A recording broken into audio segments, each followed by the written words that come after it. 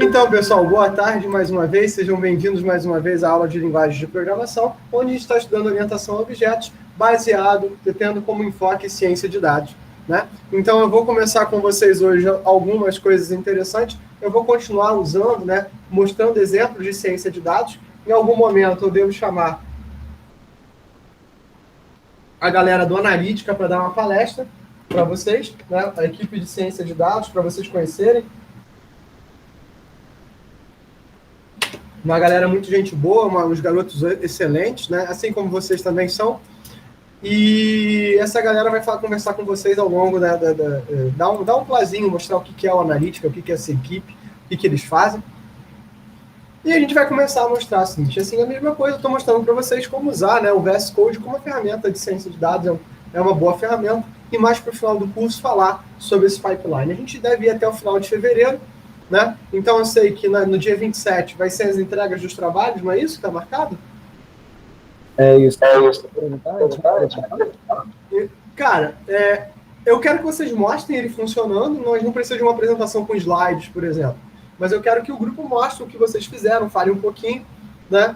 Até para eu poder já dar uma olhada e vendo o que vocês vão fazendo. Lembrando, a entrega é pelo Classroom, né? Então eu preciso que vocês joguem um código-fonte num repositório, né? Me convidem para esse repositório, né? Para o meu e-mail. Pode ser o meu e-mail do Gmail, eu vou colocar ele aqui para vocês.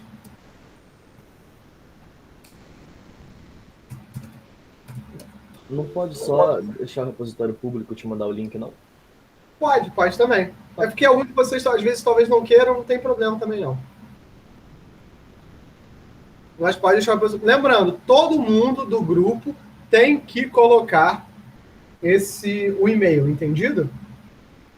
Então, assim, não tem essa, tipo assim, eu tô no grupo de fulano, aí fulano colocou, achei que não precisava. Isso não é desculpa. Tem que colocar todo mundo, tem que colocar a entregar o trabalho individualmente, tá ok? Professor, outra parada. Com relação ao relatório, qualquer linha mais ou menos que o relatório tem que seguir? Eu marquei um formato? Template, não mudei? Botou o template lá do Instituto de Computação Brasileira mesmo. Da Sociedade Brasileira de Computação. Tá. Na verdade, eu quero que vocês me digam qual é o problema que vocês estão resolvendo, né? É muito importante, como qualquer... começar pelo começo. O começo é o seguinte, porque o que é mais importante para um cientista da computação, para um programador, para um desenvolvedor, é entender o seguinte, qual é o problema que eu estou resolvendo? Né? Então, na verdade, a galera tem que ter muito claro na cabeça quais são os problemas que vocês têm que ter muito claro quais são os problemas que meu celular caiu. Cara, é incrível aqueles meus celulares. Quais são os problemas que vocês estão resolvendo?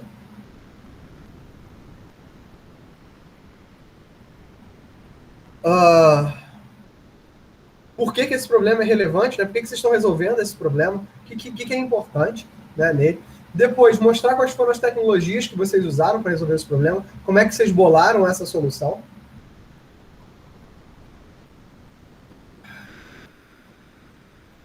E porque, assim, e depois discorrer assim, fiz essa classe, fiz esse método, o que eles são, por que eu fiz assim, e explicar esses trabalhos. Essa é a linha. E aí, no final, colocar assim, o que eu posso melhorar? Quais seriam os próximos passos se eu fosse continuar? O que está faltando aqui que eu gostaria de ter feito e eu não fiz? Eu não fiz, às vezes, porque não deu tempo, não fiz porque eu precisava de mais conhecimento técnico. Todas essas razões são razões razoáveis e interessantes da gente pensar. Então, a gente precisa pensar um pouquinho sobre essas coisas, tá bom?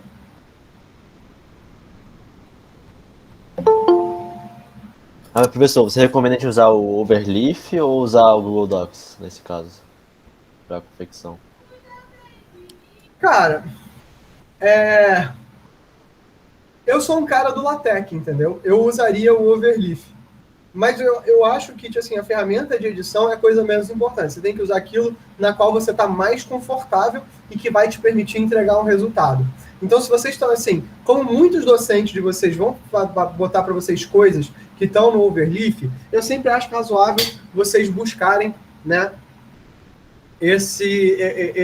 fazer as coisas no Overleaf, né? Mas, se vocês não estiverem confortáveis, se o overleaf passar a ser um problema, usar o Google Docs não tem problema nenhum. Né? A minha orientadora de doutorado, por exemplo, ela não usa LaTeX, ela usa Office, né? Ela usa o Word. E ela é uma pesquisadora, isso não tornou ela melhor ou pior. Ela é uma pesquisadora extremamente profícua, né? Tipo assim, extremamente produtiva, extremamente brilhante, e não faz diferença. Cláudio, por que você usa LaTeX? Eu uso LaTeX por vários pequenos motivos. LaTeX é software livre, então isso para mim faz muita diferença. 2, eu escrevo muita equação nos meus trabalhos de pesquisa. Então, para mim, faz muita diferença.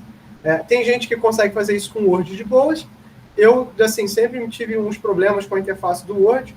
Reconheço que eu também não fiz nenhum grande esforço para resolver a interface do Word, para mim, mas, assim,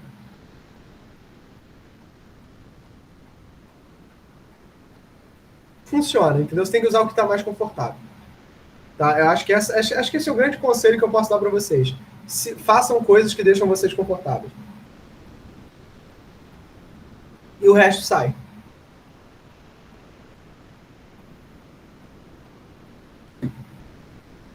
Ok? Então vamos lá. Então eu criei esse arquivo aula DS2 IPNB, né, que é um arquivo, um Jupyter Notebook. Estou rodando ele de dentro do meu VS Code, como eu mostrei para vocês na aula passada, e estou aqui importando a biblioteca do Pandas como PD. É claro que vocês vão ver, galera, que aqui, se eu faço isso, eu tenho um probleminha um pouco maior. Por exemplo, import matplotlib .pylot esprt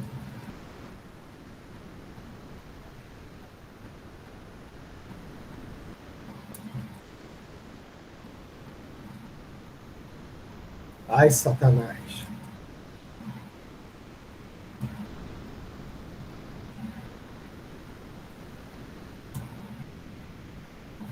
Import Seaborn.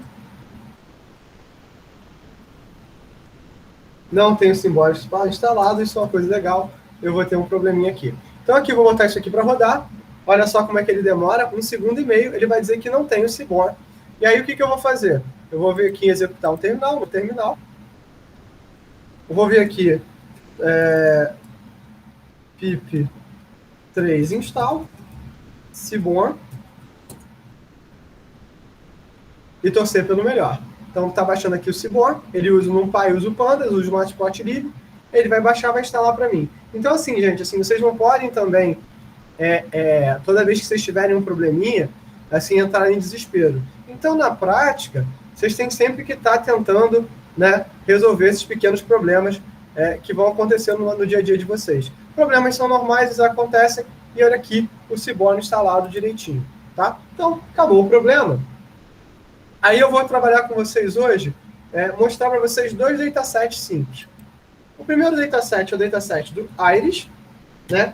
Que é um dataset que você pode pegar no scikit-learn, mas o Seaborn também dá isso para a gente. Então aqui, ó, load dataset. Iris. E outro é um dataset do que eu vou conversar com vocês para a aula que vem, que a gente vai trabalhar um pouquinho os problemas do Kaggle. Então, o primeiro dataset que a gente vai mostrar é o dataset do Titanic. Então, essa biblioteca do Seaborn, o que ela faz, na verdade?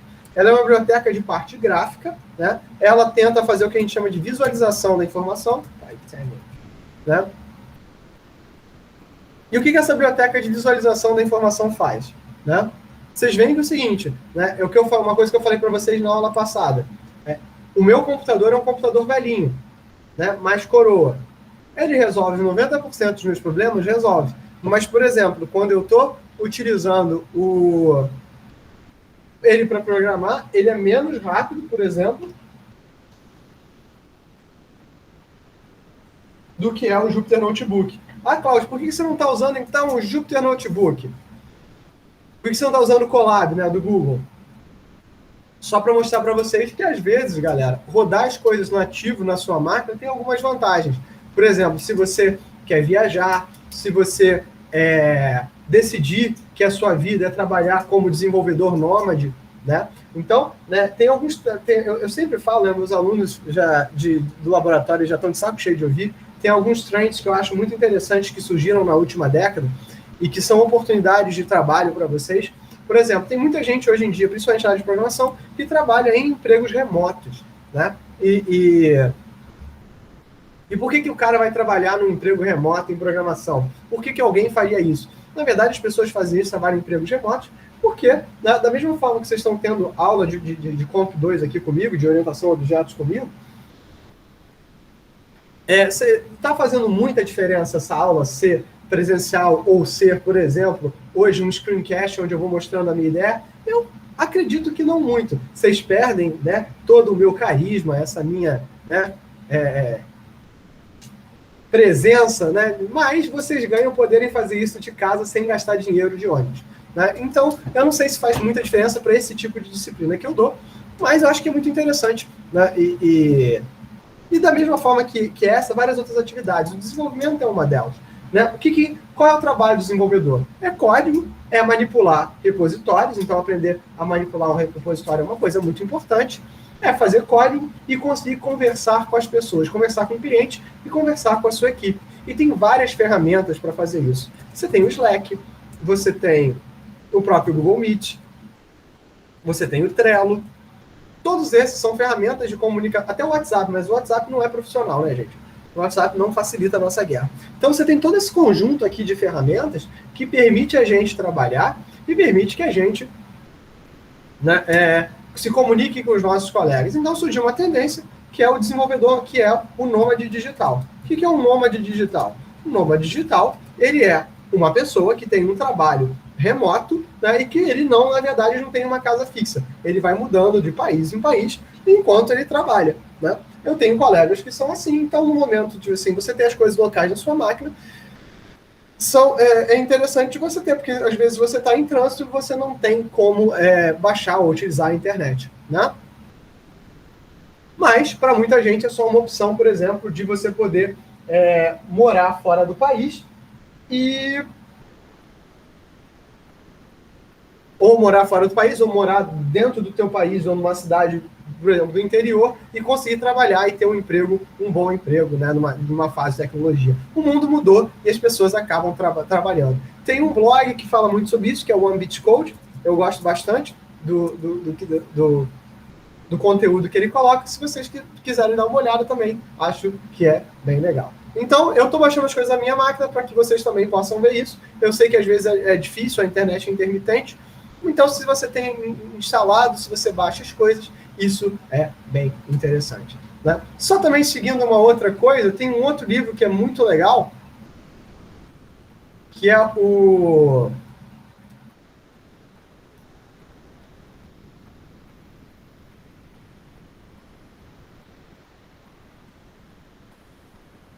que é o Python for Data Science.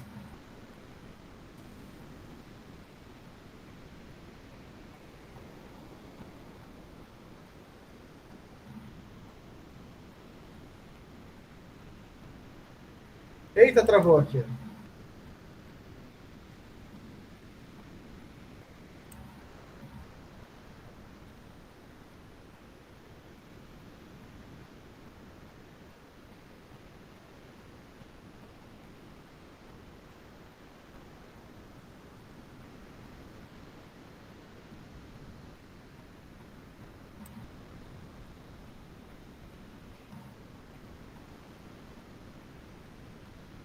O Python... Esse é o dataset do Sonic que tem lá do Kaggle. Isso mesmo, Lucas. O Python for Data Science é um livro, né, que ele está na 3ª edição. Mas vocês podem pegar a edição anterior.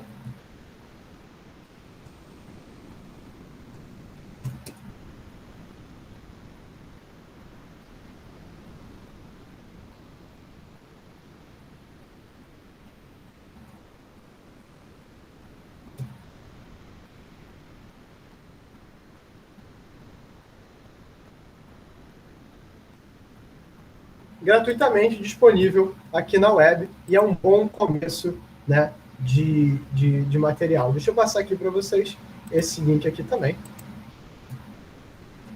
Então, se eu pudesse recomendar para vocês, né, um caminho, né, para vocês aprenderem, para vocês serem desenvolvedores, para vocês serem cientistas de dados, um caminho inicial, eu começaria com qualquer livro de Python. Um livro que eu gosto bastante é o Python Fluent, tá? Um outro livro, logo em seguida do Python Fluent, para vocês terem uma primeira visão, seria o Data Science do Zero. Uma vez que vocês leram o Python Fluent e o Data Science do Zero, eu colocaria vocês para lerem realmente o Python para Data Science.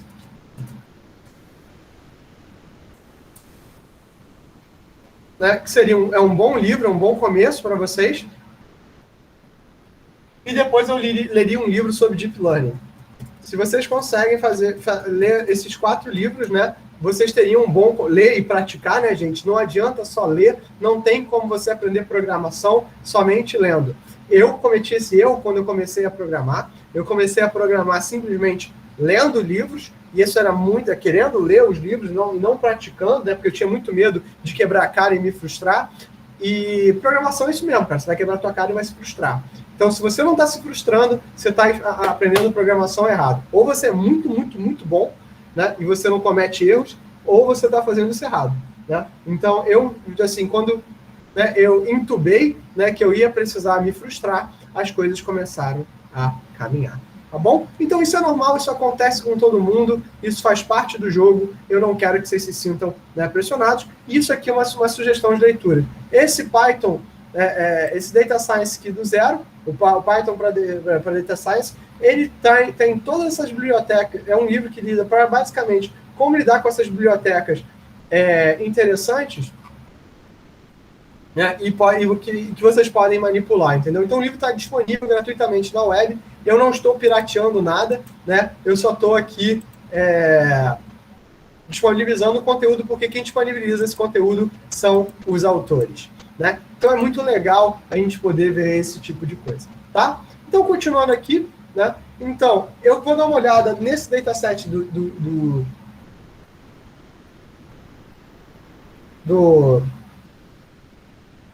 Iris, né? Então, tem uma função interessante,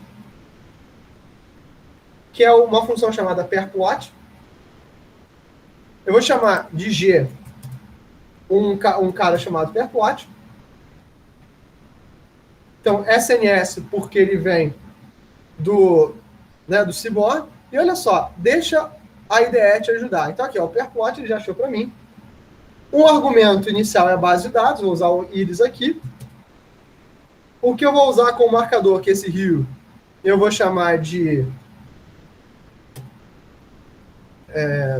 espécie. E eu vou botar aqui os marcadores que eu quero. Marcas. Então, por exemplo, marcadores aqui, eu tenho que botar uma lista dos marcadores. Se eu tenho 3 espécies, eu vou botar 3 coisas aqui, como um xizinho. Eita. Uma bolinha. E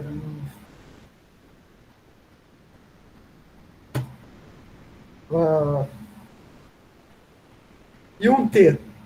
Por que não, né? E aí eu vou dizer o seguinte. Valores. Eu vou chamar isso aqui desse gráfico G. E aqui tem esse parâmetro aqui, que é Legend.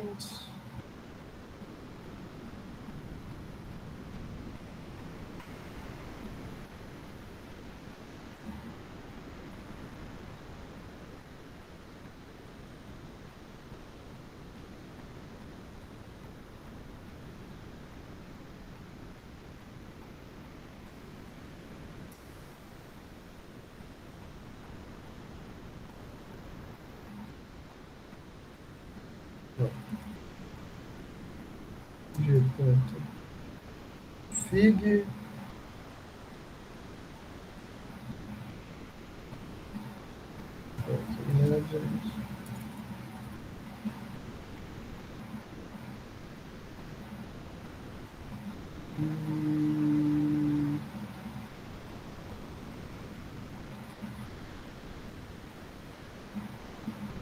Tá, vou tentar isso aqui depois.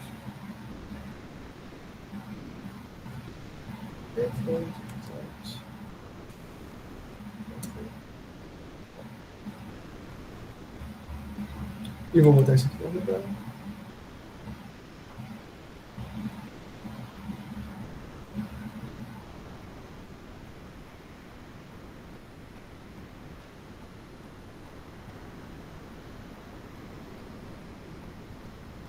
Fazer alguma besteira aqui.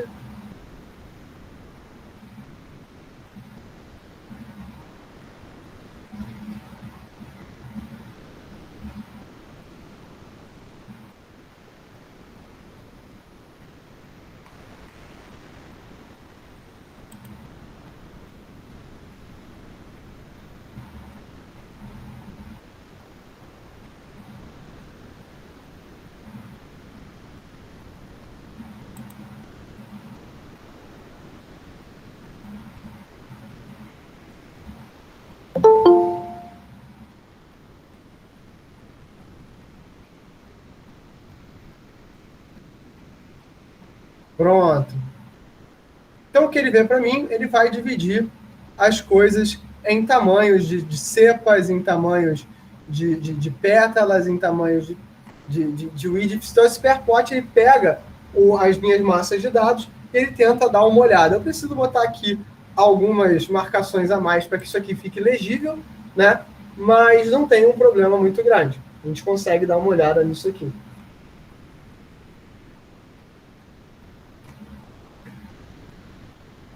Então, esse é um primeiro elemento que você pode fazer para tentar marcar, por exemplo. Então, eu sei que o meu dataset aí tem essas variáveis, tamanho da cepa, tamanho do width da cepa, né, comprimento, eu vou ter o length, eu vou ter a profundidade. Então, eu tenho as correlações entre esses determinados elementos para eu poder, né, trabalhar. Se eu vou pegar o dataset, por exemplo, lá do Titanic, eu vou ter um dataset, por exemplo, aqui.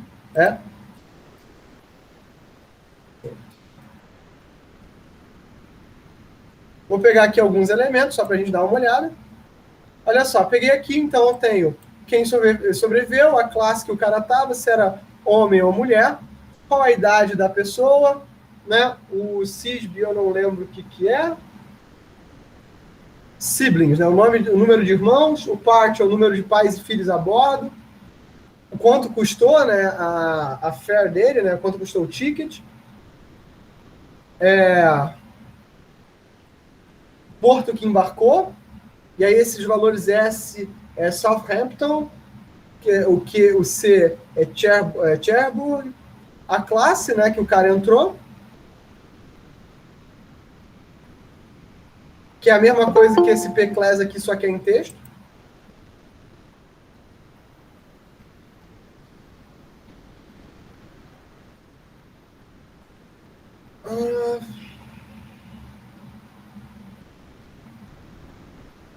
Esse é adult male, assim, para ver se é maior do que 16 anos de idade, mas é uma coisa que você pode marcar depois.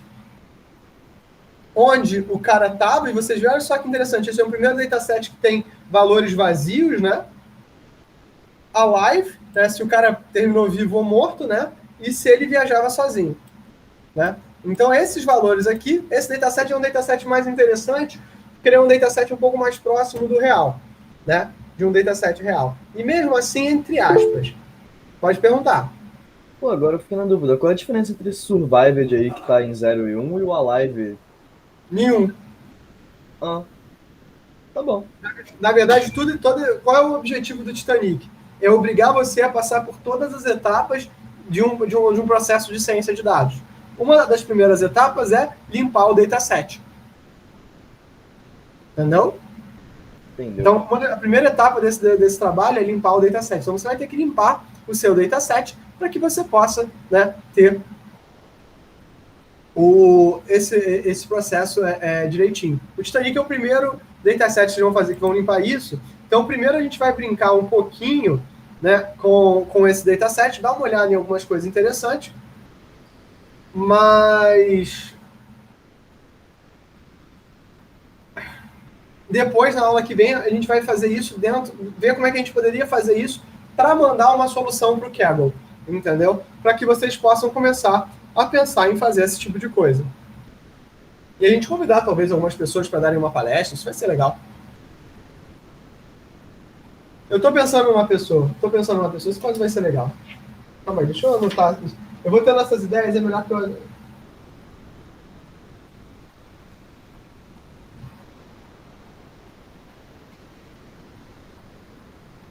Eu tenho uns amigos meus que são cientistas de dados, e é legal se a gente pudesse convidar eles para dar uma palestra, mostrar algumas coisas, né? O dia a dia é uma coisa importante, né? Então, vamos pegar aqui.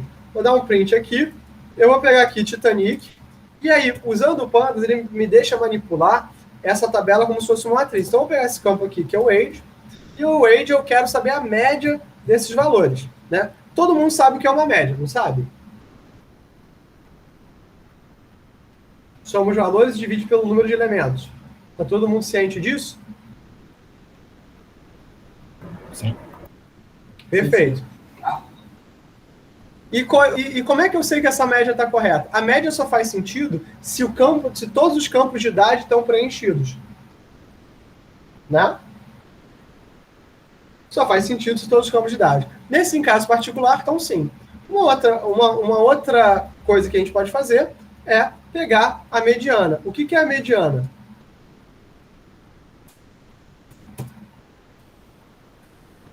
É o valor que está no meio da escala. Isso. Você vai pegar a escala, pegar os dados, você vai ordenar os dados, né? E uma vez que tiver ordenado os dados, você vai pegar o valor que está na meiuca lá.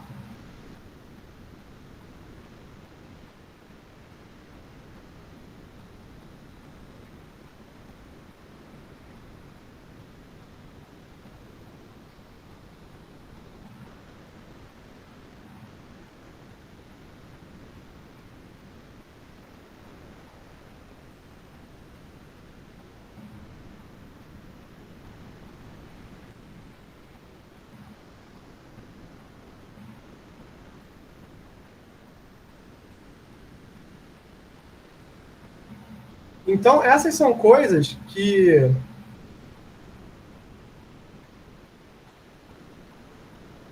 são interessantes a gente ver. Por exemplo, olha só que legal. Aqui eu estou dizendo que a mediana é 28 e a média é 29. Isso é um sinal do seguinte, que tem mais gente jovem ou que tem mais gente mais velha? Mais velha que o quê? Você tá falando no geral assim? Tem mais velha, mais jovem? Isso. Ah, mais jovem. Exatamente. Então, se a média a mediana é 28, mas a média é 29, quer dizer que a maior parte das pessoas é jovem e na verdade, os velhos puxam a média um pouquinho para cima. Mas a grande maioria é jovem. Então, para vocês terem noção, a gente começa a querer ter alguns insights sobre os dados. Então, por exemplo, eu posso vir aqui em Titanic, eu posso vir aqui no campo classe, né, class, e buscar aqui, por exemplo, value counts. O que o value counts faz? Ele pega os valores únicos que ele vai encontrar. Como assim? Digamos assim, que eu tenho sex, né? Eu tenho esse campo sex aqui. Se eu tenho uma tabela dessa de campo sex, eu vou achar, por exemplo, né, a quantidade de males e females. Cláudio, por que só tem 2 males e females? Porque é o que está na tabela, né, gente? Então, é isso que vai estar na tabela. O que tiver na tabela como campo único, ele vai colocar. Aqui está dizendo que teve mais males do que females, né? Agora, se eu quiser ver o campo classe, né? Eu quero ver quem estava em cada classe do Titanic. A maior parte das pessoas estava na terceira classe, na primeira classe inclusive tinha mais gente na primeira classe do que na segunda. O que é interessante, né? E aí a gente vai pegar, agora que eu já sei o número de males e females, quem estava na primeira classe, eu sei que provavelmente a maior parte das pessoas, né, eram os homens na terceira classe. Então, e aí o que vale a pena para você como cientista de dados? Entender a história do teu dataset. O que é o Titanic? Foi um desastre. Então, normalmente, o que a gente quer entender é o seguinte, né? Quem faleceu, por que faleceu, onde é que estaria a probabilidade de alguém que você não sabe, né? Então, por exemplo, a gente sabe que se a ordem das pessoas que foram salvas foram homens e mulheres e crianças primeiro, mulheres e crianças primeiro, dividido primeiro da primeira, segunda e terceira classe, quem vocês acham que teve a maior chance de falecer? Os homens da terceira classe. Os homens da terceira classe, que por consequência, né, que por coincidência, que pelo mundo que a gente vive, também eram os caras que eram sua maioria, porque a maior parte é male e a maior parte está na terceira classe. Então, se há um grau de proporcionalidade, a gente pode esperar que há, mas a gente não tem certeza, né? Uma coisa que a gente pode fazer é tentar dar um described aqui, né? Então, pegar aqui o Titanic, e dar um describe aqui no meu campo de dados. Nota, até aqui eu não fiz nenhuma manipulação, então só estou querendo ver o que existe. Então, olha só, ele pegou cada um dos campos principais, sobreviveu, per-class, age, siblings, fair, e botou aqui para a gente dar uma olhadinha, né, no que vai acontecer. Contabilizou. Ou seja, olha que interessante. Tem 891 elementos, a idade está presente em 714 deles, então pode ser que haja uma distorção naquele campo lá da idade, né, justamente porque não é todo mundo que tem. Siblings, ou seja, isso aqui são os campos que têm dados, né? Então essa é uma questão interessante para a gente anunciar. Então se eu pegar aqui e fizer aquele campo de correlação, ou seja, eu quero buscar a correlação de dados, lembrando que na correlação de dados, quanto mais próximo de um, melhor, né? Então, variáveis que tiverem correlação alta, elas vão ser próximas de 1. A variável com ela mesma tem que dar próxima de 1, porque não faz sentido. A gente vai buscar algumas correlações, né? Então, a gente vê aqui que o adulto com a idade tem uma correlação um pouco forte. Começa a ver aqui essa correlação um pouco forte. O par com os sim, ou seja, se é pai e tem pai com siblings, né, pai com filho, ter correlação também faz sentido, né? Olha só, essa correlação permanece aqui, isso faz sentido, né?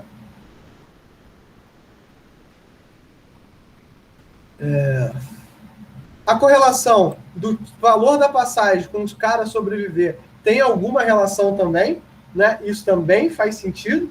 Então você começa o seguinte: se era um adulto, se era um homem adulto e estava sozinho, tem um grau de correlação. Então você começa a ver que algumas variáveis têm essas correlações mais claras. Pode perguntar, Lucas. Pô, correlação negativa significa o quê? Quer dizer que, na verdade, essa variável elas não tem uma coisa muito a ver com a outra, não. Entendi. Ou pelo menos não tem muito a ver no teu marcador. Porque, olha só, uma coisa que você deveria ter expectativa é que o grau de sobrevivência tivesse muito associado à classe. E aqui está dizendo que não. Né? Está dizendo que que sobreviver está muito a ver com o valor da passagem, o que é um contrassenso, né? Como é que não está com a sua classe, mas está com o valor da passagem? Talvez alguma coisa seja incoerente, entendeu? Então, quando a tua vivência de cientista de dados vai começar a tentar buscar esses feelings, né? Esses insights dentro da base de dados. Mas para você ter esses insights, você precisa entender o problema que você está lidando. Não tem como falar. Pode falar, Leonardo. Professor, por exemplo, pode ser que a passagem da pessoa ele não pague a passagem, ele seja convidado. Não tem essa possibilidade? Não sei. É possível. Mas aí o que a gente vai ter que fazer? Fazer um trabalho investigativo, um trabalho de estudar a história do problema. Né? E é por isso que ciência de dados é tão legal. Porque ciência de dados vai te permitir trabalhar com diversas outras áreas do conhecimento que num primeiro momento você não conhecia. Né? Então esse problema do Titanic, ele é muito interessante porque permitiu várias pessoas buscarem coisas. Né? Então essa é a relação. E é por isso que a galera de ciências sociais cada vez mais está buscando aprender a programar. A galera de ciências biológicas está buscando cada vez mais aprender a programar. Ah, Cláudio, se essa galera está buscando aprender a programar, o que eu estou fazendo? Qual é a minha vantagem? Essa é a tua questão. Pô. Entendi. Tá bom. Por exemplo, vocês não são de controle? Justo. Vocês são de controle, não é? Justo isso, né? Que eu tô falando. Então, olha só. Programar é um trabalho técnico. Não quer dizer que isso seja menos importante. Quer dizer só que é um trabalho técnico. Então, todo mundo pode aprender. pensa o seguinte, no caso da construção da obra, você tem o arquiteto, você tem o engenheiro, você tem o pedreiro, né? O cara que ativamente vai colocar os pisos e os tijolos ali. Você concorda comigo? Sim. Sim. Se o pedreiro ou o engenheiro ele faz o projeto, mas se o engenheiro e o arquiteto fazem o projeto, mas o pedreiro não coloca o tijolo, tem casa? Não. Não faz sentido, né? A mesma coisa acontece com computação. Não adianta você saber usar a ferramenta se você não sabe a história por trás. Então, o que você aprende em controle é que a programação é uma ferramenta para você trabalhar com controle. Como cientista de dados, o que você vai aprender é a usar a programação a favor da análise de dados. Você vai estudar várias coisas que outras pessoas vão estudar mais superficialmente, né? Mas, por exemplo, não quer dizer que porque que uma pessoa faz ciência de dados numa área específica, você não possa ter um escopo mais amplo. E aí, o que diferencia o cientista de dados profissional do cara que faz análise de dados para a pesquisa dele, para os problemas dele? O conjunto de ferramentas que ele vai aprender, né? Então, por exemplo, hoje em dia, depois de ler esse livro aqui, eu recomendo vocês a lerem um pouquinho sobre MLOps. Eu acho que tem um conjunto de ferramentas interessantes como o Git e o Docker, que são ferramentas super importantes que eu tenho que conversar com vocês um pouquinho depois. Na verdade, até mesmo o PyEnv, que alguns de vocês já estão usando, mas eu tenho que conversar para que a turma entenda. São ferramentas, né? Vocês vão aprender o fundamento, né? E eu sei que para alguns de vocês programar ainda tem um certo grau de desafio, né? Ainda é difícil e é suposto que seja mesmo, isso é normal, tá, gente? Se você está tendo dificuldade nos programas, se os exercícios que eu passo ainda são duros, né? Se de vez em quando você precisa mandar uma mensagem para a Emily, tem que mandar uma mensagem para mim, não tem problema, gente, isso é normal. Isso é muito normal, tá? E acontece com todo mundo. Para mim foi muito difícil, até que um dia eu acabei aprendendo, né? E acabei depois até dando aula disso. Mas acontece com todo mundo. Então, se está sendo difícil para você, não desista, isso é o normal, tá? Então vamos continuar brincando aqui. Então eu quero, na verdade, usar aqui, o Pandas tem um método muito interessante que é o Group By. Isso aqui é o feijão com arroz, né, do Pandas, né? Então, na verdade, né, o que o count faz? O count, ele vai somar a soma dos valores que não são vazios, o sum vai fazer a soma de valores que não são vazios, né? Então, por exemplo, o Group By, ele vai agrupar um determinado, né, conjunto de elementos. Então, por exemplo, eu quero aqui pegar o Titanic, e eu quero dar aqui um Group By, eu quero agrupar todo mundo por dois campos, por duas linhas. Eu vou pegar aqui, né? Primeiro, vamos ver aqui.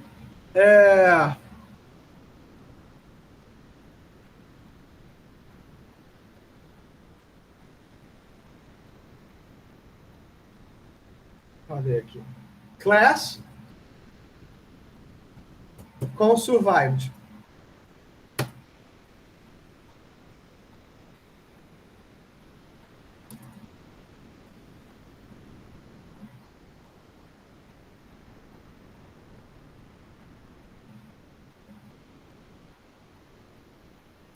Quero botar aqui min. Quero ver a média dos valores da galera que sobreviveu. Olha só.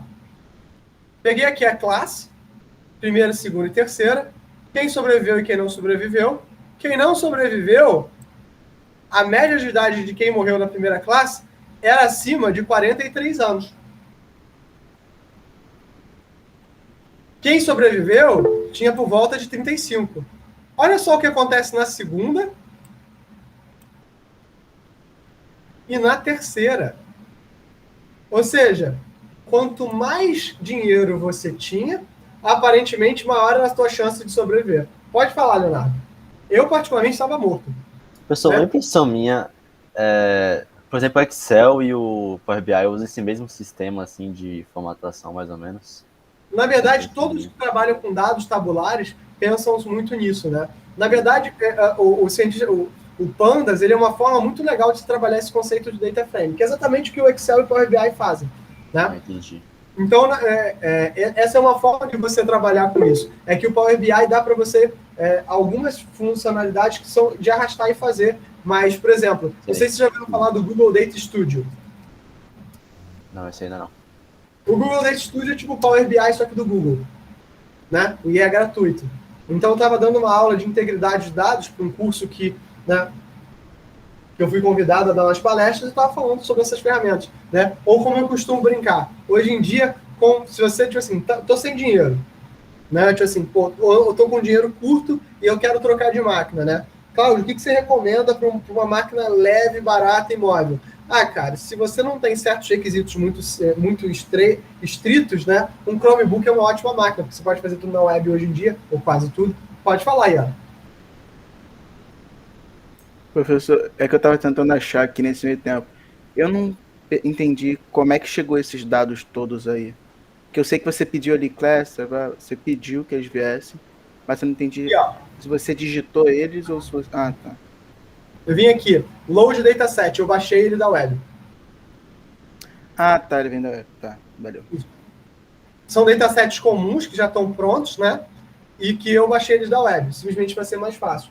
Tradicionalmente, o que eu faria, né? Como é que a gente faz isso? A gente cria um sistema web, né? Pede para as pessoas coletarem. Por exemplo, eu posso criar um data forms. Digamos que vocês queiram fazer um trabalho de ciência de dados para ver quais foram as disciplinas favoritas de vocês ao longo do curso. E aí você cria um Google Form, né? Desses dados. São dados pequenos, a turma de vocês deve ter umas 30 pessoas, né? Pouco menos. Mas vocês querem fazer um histórico do que vocês acharam, por exemplo, das disciplinas que vocês tiveram até aqui, né? Para fazer um controle de qualidade. Isso é uma coisa bacana.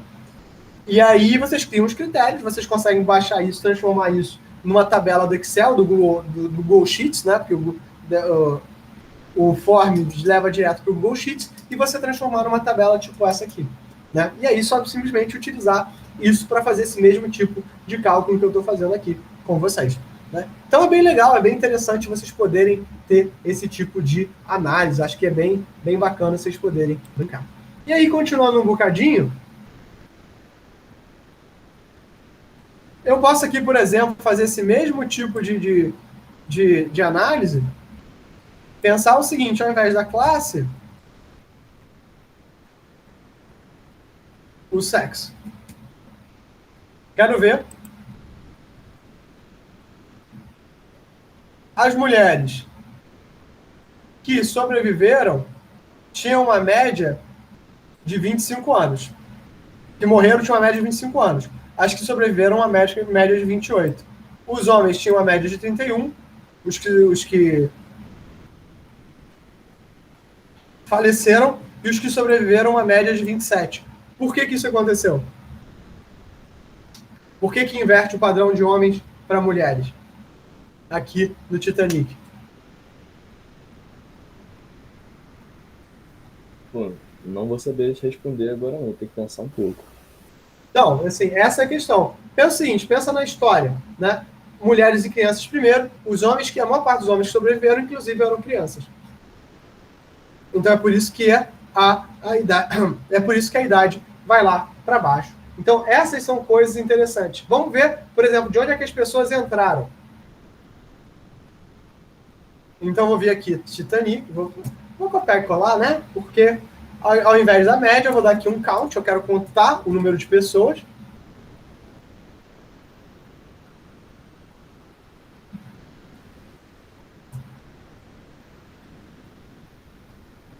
Cidade que embarcou.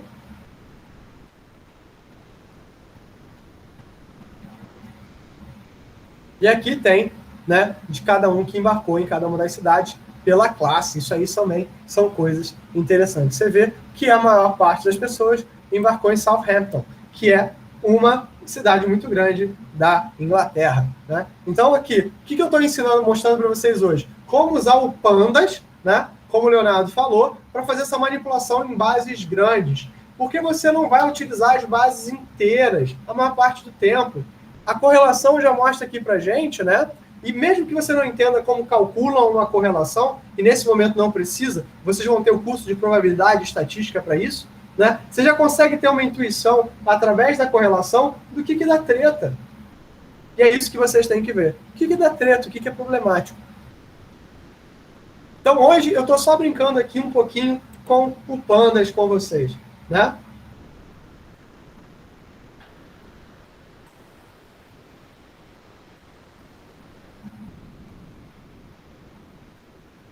Tem uma outra função interessante aqui, é a Pivot Table, que ela vai retornar um data frame, ou seja, uma tabelinha como essa, né? Usando certas linhas como índice, né? E alguns valores associados. Então, por exemplo, o que é interessante a gente ver aqui? Eu quero aqui, chamei o Pandas, vou chamar PD, que é aquele Pandas, né? Vou chamar um Pivot Table. E aí, o que eu quero botar aqui? Eu quero botar o Titanic. Eu quero que o values seja survived, né? Porque eu quero saber quem sobreviveu. Gente, vocês vão ver vários exemplos. Se vocês digitarem lá, tem um blog que eu gosto muito, que é o Towards Data Science.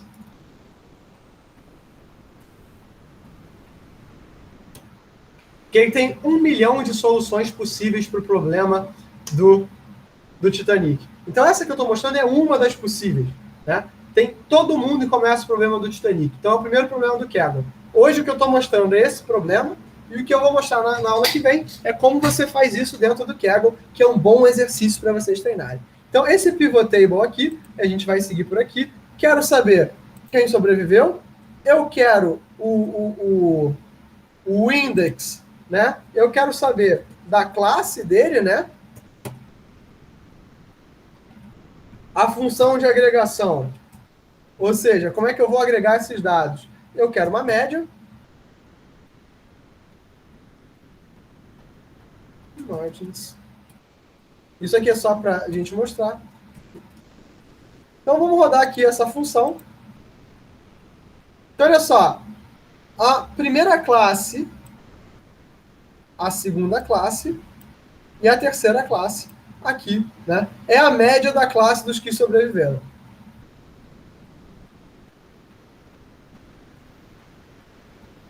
Então, a maior parte das pessoas, 60% da primeira classe sobreviveu. 50% da segunda e 20% da terceira. Agora, vamos mudar isso aqui e vamos adicionar o seguinte. Vou copiar isso aqui, porque eu sou preguiçoso para burro. E eu quero começar a buscar alguns dados. Só que ao invés da classe, eu vou botar aqui, ó, uma lista. Eu quero ver mais dados. Então, eu vou pegar a classe e o sexo.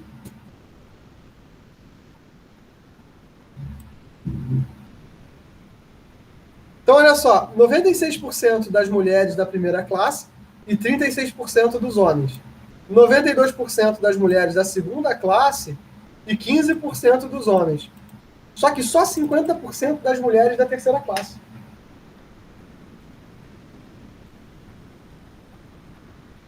E aí, o que você tem que fazer? Você tem que começar a pensar e a investigar o seguinte: o que diabos aconteceu aqui?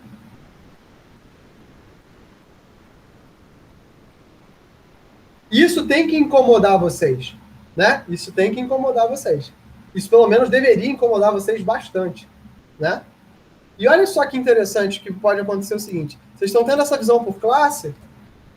Vamos dar essa visão aqui por sexo, para vocês verem o seguinte, né? Esse problema aqui que eu vou mostrar é uma coisa que a gente chama da visualização. E como a visualização, ela muda o que a gente quer mostrar. Porque aqui eu quero mostrar o seguinte: o que aconteceu pela classe econômica. Aqui eu quero saber o que aconteceu por sexo. É o mesmo tipo de informação, só que organizado de forma diferente. E você pensar esse tipo de coisa é muito importante.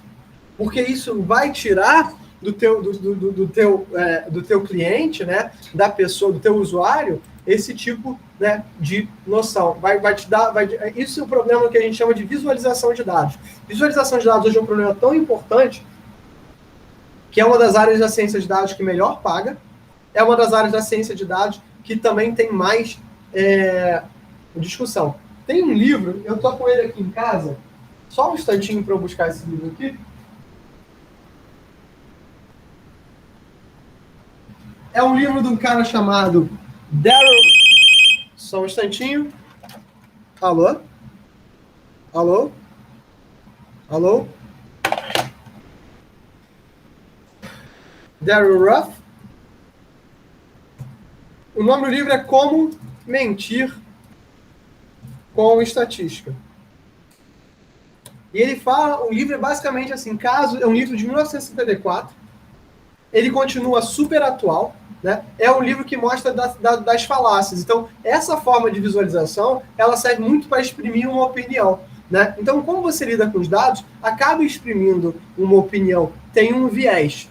E para vocês entenderem um pouquinho, tem um outro livro muito bom, que é Armas de Destruição Matemática, da Carey O'Neill, que é um livro excelente, falando sobre os problemas, né, que a gente tem hoje, cada vez mais, né, utilizando essas abordagens de computação, né, e une o mundo que a gente tem, né, ao nosso redor. Então, essas são considerações seguintes. Se pensa o seguinte, se é uma questão de visualização, ela já pode ter para a gente um viés, né? E olha como eu fiz isso aqui de propósito. Eu primeiro fiz a visualização da classe para mostrar que tem uma diferença entre as classes. Olha só quantas pessoas sobreviveram da primeira classe em relação, por exemplo, à terceira. Agora, uma coisa que nenhum de vocês me perguntou, e vocês deveriam ter me perguntado, e as crianças?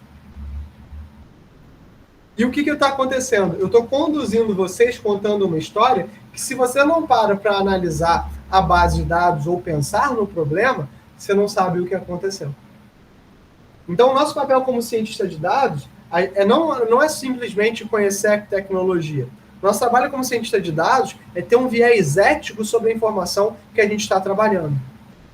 Um viés de certa isenção sobre esses dados. Cláudio, como a gente consegue isenção sobre os dados? Gente, isso é muito difícil. É muito difícil conseguir isenção sobre os dados. Porque o que acontece? Nós, como seres humanos, nós temos vieses de formação. Né? Então, a gente precisa examinar com muito cuidado tudo que a gente faz para poder ter esse viés, né, não exposto. Uma outra coisa que é legal, eu vou copiar isso aqui e colar de novo. Agora, ao invés de eu ter só o survived aqui, eu vou tirar o survived e vou botar survived e age. Eu quero ver isso aqui por idade. Eu quero ver isso aqui por idade. Então, olha só. A média de quem sobreviveu. E como isso vai descendo conforme você vai ficando mais para baixo. E olha aqui, como eu falei, aqui a média de idade é 26. É maior do que o das mulheres. Isso é muito interessante, de vocês tentarem entender esse tipo de coisa. Então, assim, o dado por si só ele não te diz nada. Né? O que vai te dizer é a sua interpretação sobre essa informação. E, às vezes, é por isso que você precisa do especialista. Um dos canais que eu falei para vocês darem uma olhada, que é o Data Professor, é um canal do YouTube também muito bom. Ele é um cara que ele veio das ciências biológicas, atua com o desenvolvimento, né, atua com ciência de dados, mostrando esses canais, e mostra uma série de ferramentas muito interessantes, algumas dados que eu vou mostrar aqui para vocês. Então, assim, com esse Pivot Table e o Group By, vocês já conseguem, galera, ter uma visão muito legal dos dados, uma substituição muito legal dos dados. E aqui, gente, olha só, a minha máquina é uma máquina de 2012, então ela tem 10 anos. Isso é um Core i5 de segunda geração, e 4 GB de RAM. Ou seja, eu não estou usando uma máquina nem um pouco forte. E ainda assim eu estou conseguindo fazer isso aqui sem nenhum problema. Então, galera, não tem desculpa, não tem lero-lero, dá para fazer em praticamente qualquer máquina que vocês tenham. Na verdade, errando é DR2, então ainda pior ainda. Mas, se o teu computador não dá, se o teu computador estragou, cara, eu só tô com o celular, vai pro Colab. Não inventa moda, tá? Inventa assim, na verdade você pode inventar moda, mas depois que você tiver domínio sobre o feijão com arroz. Não subestimem o domínio sobre o feijão com arroz, tá bom? Então vamos seguir em frente. E aí eu vou mostrar para vocês um outro elemento que é o crosstab. O que é o crosstab? Ele vai cruzar dois ou mais fatores. Por padrão, ele vai usar frequência, né? Ou seja, ele vai contar coisas, né? Por exemplo, eu quero ver aqui o número de elementos. Então, eu vou vir aqui, vou daqui vir em Code. E você nota, né? Usar o Jupyter Notebook dentro do VS Code é exatamente igual usar o Jupyter Notebook dentro do Colab. Então, eu vou vir aqui, PD crosstab. Eu vou vir aqui em Titanic. Vou vir aqui em Class. Não, Class não.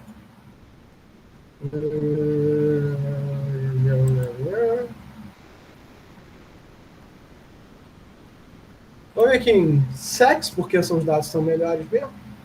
E vou vir aqui em Titanic. Em Bartown.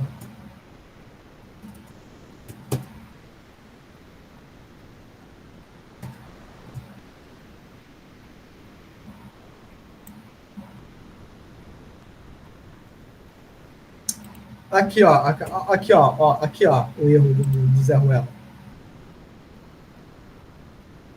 Aqui, ó, professor que não lê. Aqui ele contabiliza quem entrou em cada um dos lugares aqui, né? Vocês veem que a maior parte das pessoas entraram em Southampton.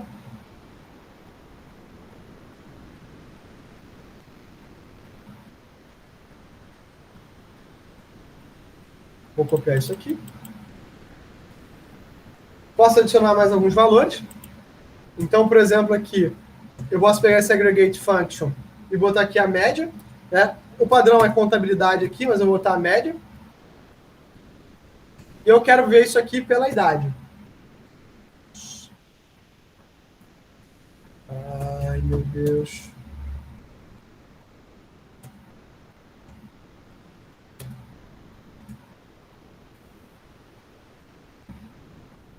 Então aqui, né, as idades das pessoas, né, a média das idades das pessoas que embarcaram por cidade. Né? Não faz muita diferença, né? Não é uma informação tão relevante, mas é legal da gente ver. Se eu quiser fazer isso com múltiplos fatores, eu posso pegar esse mesmo valor aqui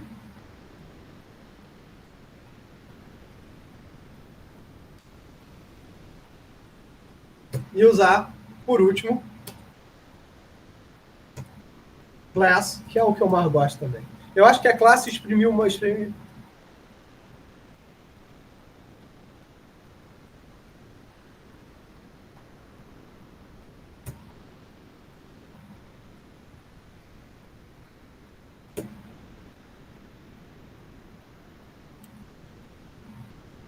Então, bem aqui, a cidade de embarque, a classe que o cara estava, e se o cara era male ou female, e aí mostra essas atividades, tá?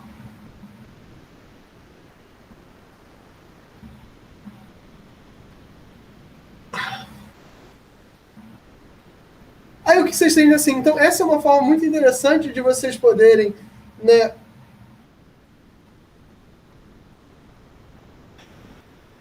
lerem uns exemplos, né, baixarem esses elementos, procurarem algumas coisas aqui.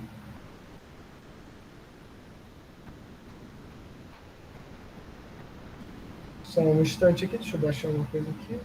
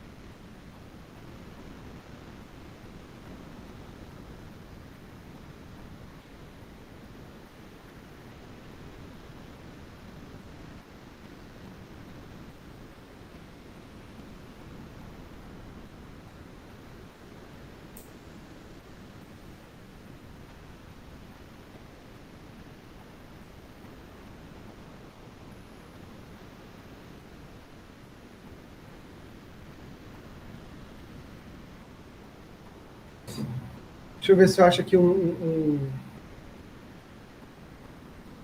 dataset aqui no meu computador, só um instantinho. Porque nem tudo eu posso mostrar.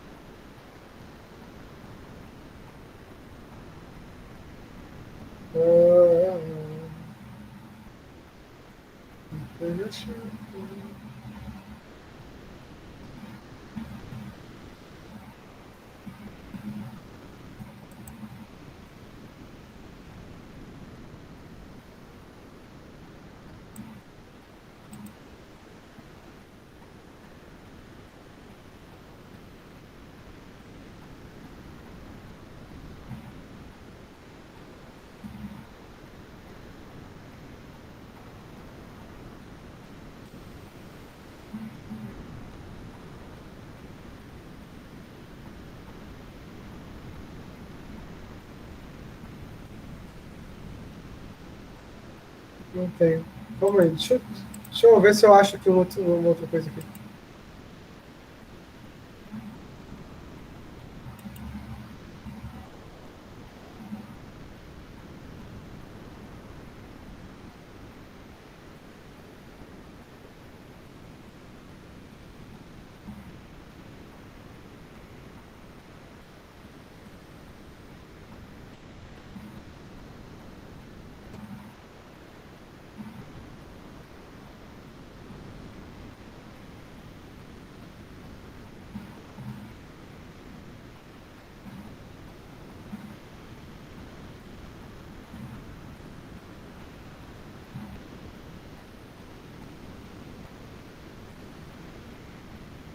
Tá, vai isso aqui mesmo.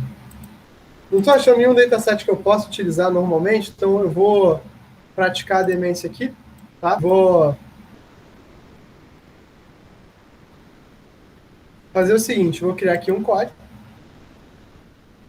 E, assim, a gente vai continuar um pouquinho mais sobre essa questão do Titanic na próxima aula, mas eu queria mostrar para vocês o que eu posso fazer é o seguinte, né? Quando eu não pego esse elemento. Então, eu vou criar aqui um Califórnia, que ele vai ser um pd.read. E os métodos read são uma família de métodos que eles vão ler de uma série de arquivos. Então, aqui eu posso ler de um CSV, eu posso ler de um Excel, eu posso ler de um arquivo Feather, eu posso ler de um HTML, de um HDF, de um JSON, ou seja, eu posso ler de uma série de coisas. O JSON vai ser particularmente importante quando a gente trabalhar com IoT, mas eu quero ler aqui um CSV. Então, né, o que eu vou fazer aqui? Aqui eu já vou pegar o seguinte, eu quero pegar o caminho dessa minha base de dados.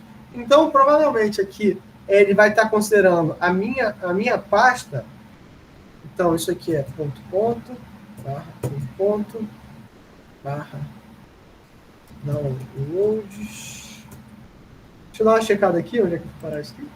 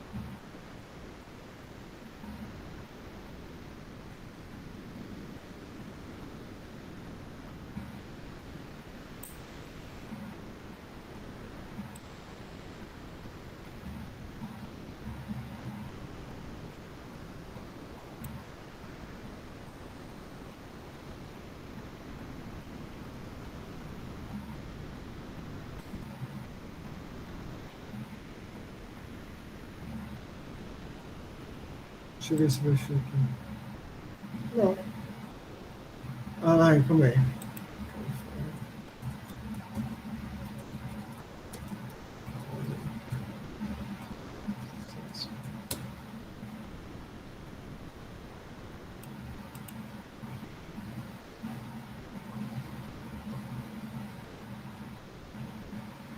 Eu vou baixar o dataset. Fui aqui no Kaggle, fiquei com preguiça. Eu vou baixar esse dataset aqui, ó. Vou botar aqui no chat.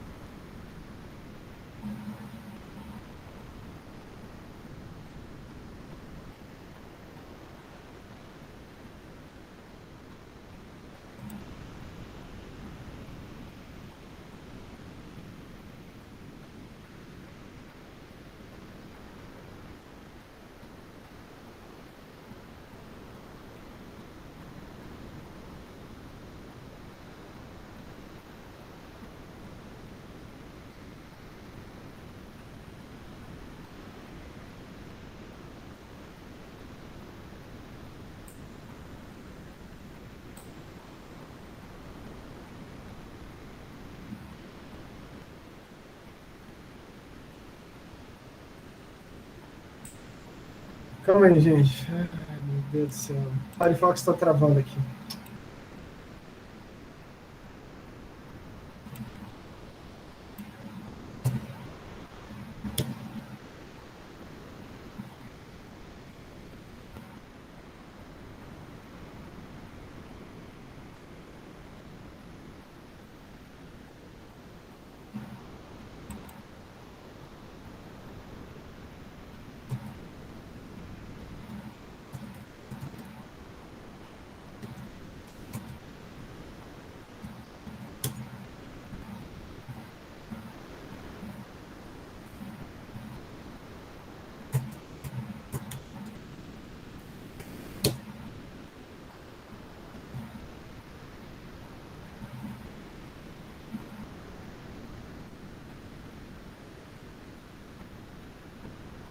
Pronto, foi. Meu Deus do céu. Fecha aqui. Aqui.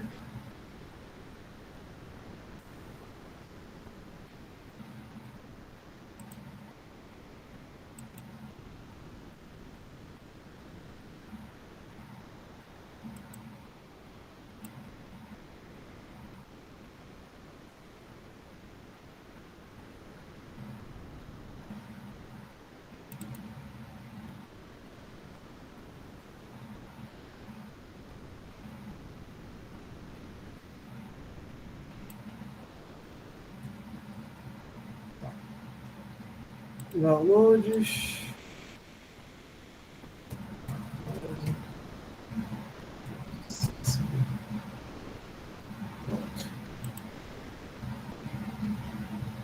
Pronto, consegui ler. Graças a Deus, consegui ler esse dataset maravilhoso aqui para vocês. Então, tendo o CSV, como vocês podem ver, às vezes ter o CSV é a coisa mais difícil do universo, né? Consegui aqui me sumir. Pronto, sumi aqui. Ter o CSV é a coisa mais difícil do universo. Então, eu vou vir aqui, né? E vou,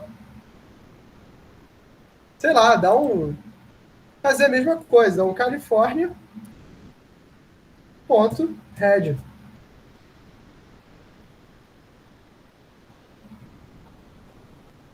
E aqui, ó, ele pega a latitude, longitude, a idade média das casas, o número de quartos, o número de apartamentos, a população a média de valores, a média do valor da casa e a proximidade com o oceano. Então, aqui são algumas regiões da Califórnia. O que eu gostaria que vocês fizessem agora, né? Vocês que estão fazendo. Quero que vocês façam aqui. E olha que interessante, dá para fazer aqui também eu quero um group by. Eu vou querer uma pivot table.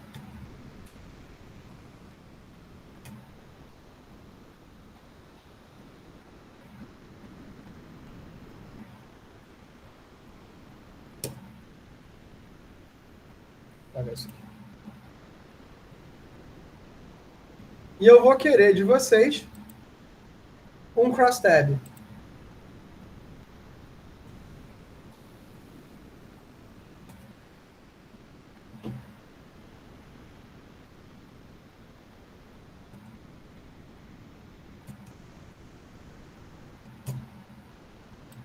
Então, vocês vão pegar esse cara aqui que eu botei aqui no chat para vocês, do California Housing, vão baixar esses elementos. Isso vai obrigar vocês a ter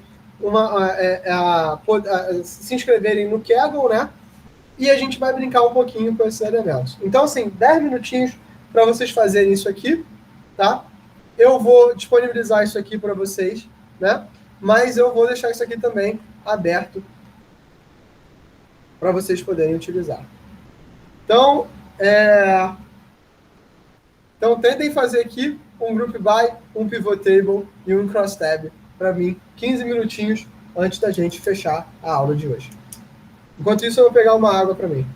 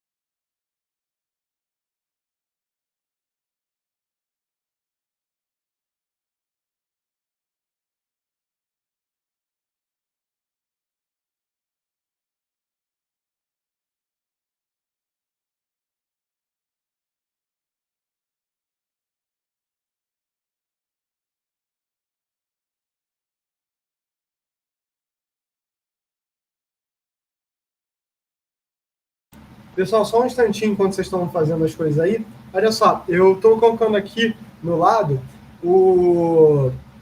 aquele livro Python para Data Science, a terceira edição ela está para sair. E o que a O'Reilly, que a editora deles faz, né?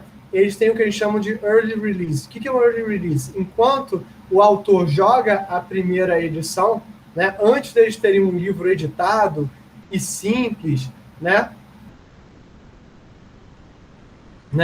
para as pessoas comprarem, eles liberam esse livro gratuitamente para que as pessoas possam dar uma olhada e ver e ajudar, inclusive na edição. Então, se você é um bom momento até para vocês aprenderem, né, darem uma olhada. No capítulo 5, eles têm para começar a trabalhar com pandas, né, o Getting Started with Pandas. Então, esse livro está trabalhando na versão do Python 3.10.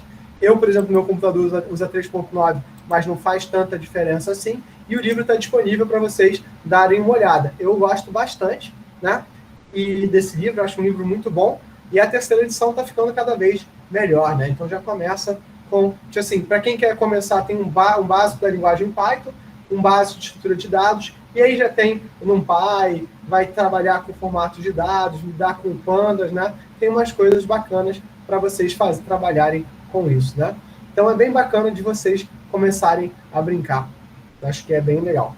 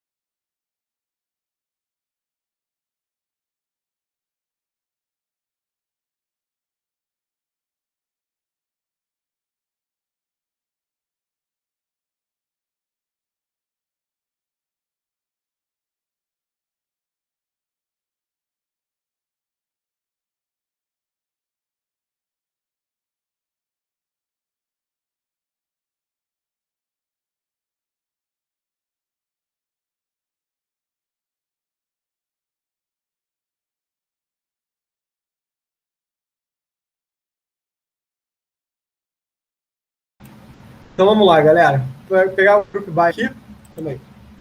Calma aí, que travou aqui de novo. Acabou a memória. Vamos nessa. Então, primeira coisa que eu vou fazer é pegar aqui um group by qualquer. Então, por exemplo, aqui eu vou pegar isso aqui por min ou por count. Então aqui, vou dar Eita. Vou apagar isso aqui para baixo.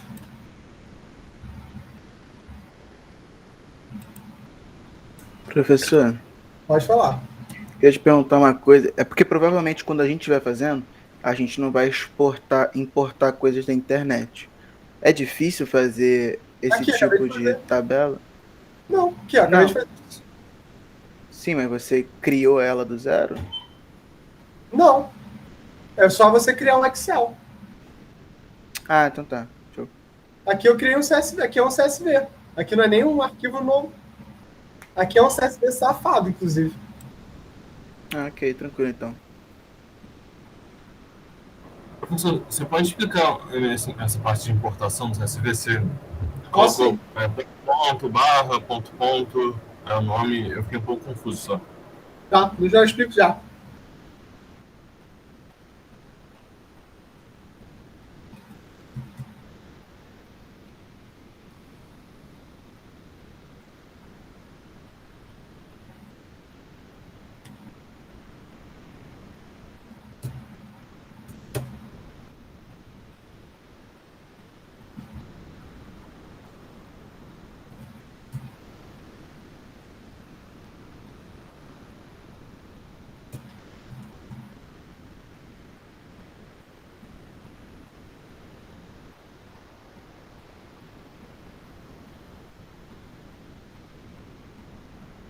Então, aqui, analisei o median house age, ou seja, pelos valores das casas, ou seja, para cada uma dessas idades aqui que as casas podem ter. Eu calculei aqui pela média, então fiz um group by de housing age e house value, né? Que não é exatamente o que a gente precisava querer, né? Mas eu só agrupei em função, né? Então o group by ele não recorta, o group by ele só vai organizar de uma forma diferente, tá? Então se eu quiser recortar, o que eu tenho que fazer é o pivot table, né? Então eu vou pegar aqui, vou usar o mesmo exemplo aqui do pivot table. Eu vim aqui, vou dar o code pd.pivottable. E, Cláudio, não lembro como é que é. Eu venho aqui em cima e olho de novo. Gente, não tem por que não colar isso aqui. Por que, Cláudio? Por que colar? Por que não? Né? Porque na hora de você estar trabalhando no mundo real, ninguém vai pedir para você decorar as funções. Decorar as funções vai vir com o tempo. Então, você vai pegar os problemas aqui. Califórnia, o velho que eu quero é o median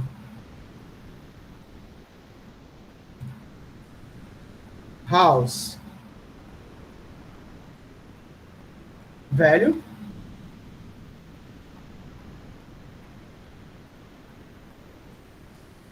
E o index vai ser o median house age.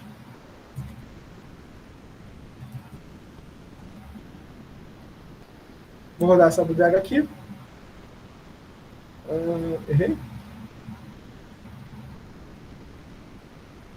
Housing median age. Nossa.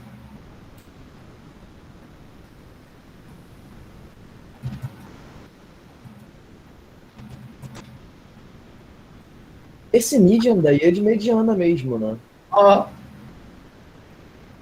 Então ele pega aqui as idades e os valores médios das casas pelas idades. E aí a gente vai ver na aula que vem uma coisa mais interessante, como é que eu tenho que manipular isso aqui, né? Isso aqui não é bom bastante, se eu for fazer isso aqui pela idade exatamente. Então a gente vai ver que a gente vai ter que manipular esses dados aqui, né? E aí a gente vai começar realmente a manipular dados. Então eu vou seguir com essa coisa do Califórnia, né? E o último é o crosstab. E eu já volto para a pergunta anterior. Aí o crosstab vai fazer a mesma coisa, que é o PD crosstab, só que eu vou pegar aqui, né? Porque eu sou preguiçoso. Dos mesmos valores que eu estava utilizando. Vou pegar aqui, só que ao invés de botar Califórnia, em vez de medium house value,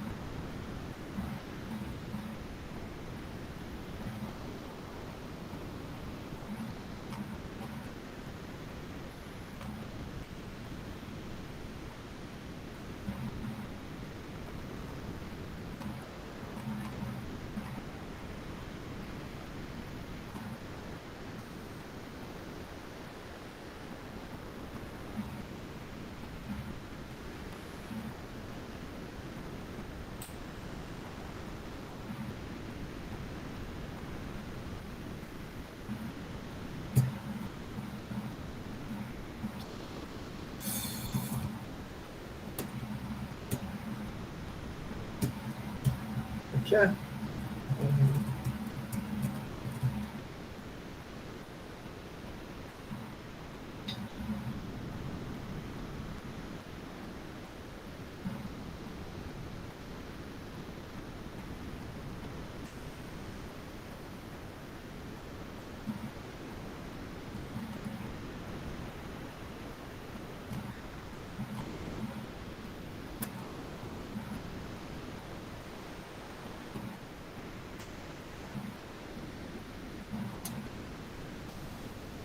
Se você não lembra o nome dos campos, realmente fica muito mais difícil.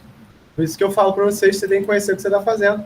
Esse, basicamente, eu não conheço. E aqui ele vai pegar o valor da média e basear com as idades. Isso não é bom o bastante, é isso que a gente vai fazer. O que eu estou fazendo aqui? Aqui, sobre esse negócio de baixar, isso aqui é o que a gente chama de caminho relativo. A pasta que eu estou é a seguinte pasta. Eu estou em /home, /Cláudio, /documentos, /aula DS, né? E a pasta downloads, ela está em /home, /Cláudio, /downloads. Então, o que eu estou? Se eu estou isso aí, 2 pontos, quer dizer, volta uma pasta para cima, volta uma pasta para cima, entra na pasta downloads e o housing vai estar aqui nessa pasta downloads. Então, isso aqui é o caminho relativo, porque isso aqui é onde esse arquivo YPNB ele vai estar salvo, entendeu? Então, isso aqui é o relative path, o caminho relativo. Aqui. Caminho relativo. O código está... Desculpa, tanto o aula 2 quanto o Califórnia, o CSV, estão nesse /download, não, download, é isso? Não. Assim, o código está nesse aqui, /home, /cloud, /documentos, /aula 2. Então, eu tenho que voltar. Essa é a pasta que ele está. Ah, sim. Então, assim, para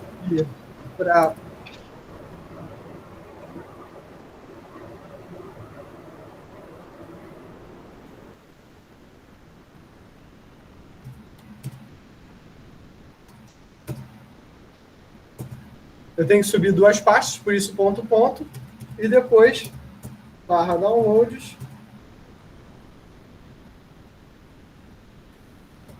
/house.csv.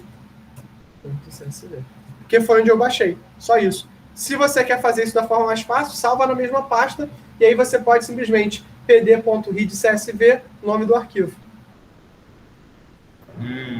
Tá, entendi. Aí, tipo assim, é como se ele voltasse para procurar em Cláudio, download housing CSV, é isso, né? Exatamente. Eu subo aqui o aula F2, aí primeiro 2 pontos, vou para documentos. Segundo 2 pontos, vou para Cláudio. Em Cláudio eu vou para downloads, em downloads eu vou para housing. Show. Valeu, obrigado. Nada. Pode falar, Lucas. Só para ver se eu entendi a diferença de utilização desses três coisinhas. O Group By é quando eu quero ver a planilha inteira, meus dados inteiros agrupados, né? Então, tipo, tô Exatamente. definindo, tipo, eu quero ver tudo isso aqui por esses valores. Tá, beleza. Exatamente. Aí a Pivot Table é exatamente a mesma coisa, só que eu faço um recorte dos dados que eu quero ver. Exatamente, como se eu criasse uma nova tabela. Tá. E aí a Cross Tab é só para eu definir, enfim, 2 ou 3 valores para eu olhar ali. Pra Exatamente. cruzar. Tá, então. Aham. Pô, eu tive dificuldade de pensar no que eu ia usar para Cross Tab, porque como o dataset é muito grande e os valores, tipo, o único valor que repete poucas vezes são os da proximidade com o oceano, né? E aí, Sim, tipo, talvez seja uma coisa muito boa de se ver. Então, por exemplo, assim, imagina, onde é que aqui no Rio de Janeiro as casas são mais caras? Ali na Zona Sul. uhum. Talvez faça sentido, entendeu? Ou então, por exemplo, na Lagoa. Então, essas coisas fazem sentido, entendeu? É aí que eu falo. Antes até mesmo de vocês começarem, o que eu recomendo a vocês a fazerem hoje? Baixa esse dataset para a máquina de vocês e tenta explorar ele um pouquinho, tenta brincar um pouquinho com ele, com essas coisas que eu mostrei hoje. E que eu mostrei na aula passada também. Então, assim, não me espera para a aula que vem. A gente vai brincar um pouquinho que, por exemplo, é o seguinte, olha, aqui está dividindo os valores pelo median house age, ou seja, pelo ano, né? Só que isso é muito ruim. Vamos agrupar isso aqui por década, entendeu? Vamos agrupar isso aqui por, sei lá, longitude. Então, como é que a gente conseguiria ler, né, esses dados? Então, essas são questões que a gente vai começar a cada vez mais ver nas próximas aulas, tá bom?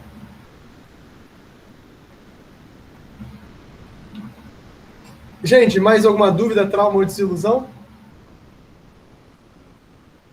Não? Ainda não, pelo menos. Vocês têm que agora praticar. Então, na aula que vem, na verdade, eu também quero dar uma olhada nos trabalhos de vocês. Então, assim, brinquem um pouquinho.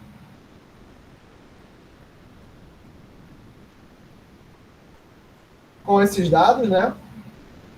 E a gente se vê na próxima quinta-feira. Como sempre, é um prazer estar com vocês e uma boa semana para todos. Se cuidem. Valeu, Miceli. Beleza, valeu, pessoal. Tchau, tchau. Se cuidem. Valeu, pessoal.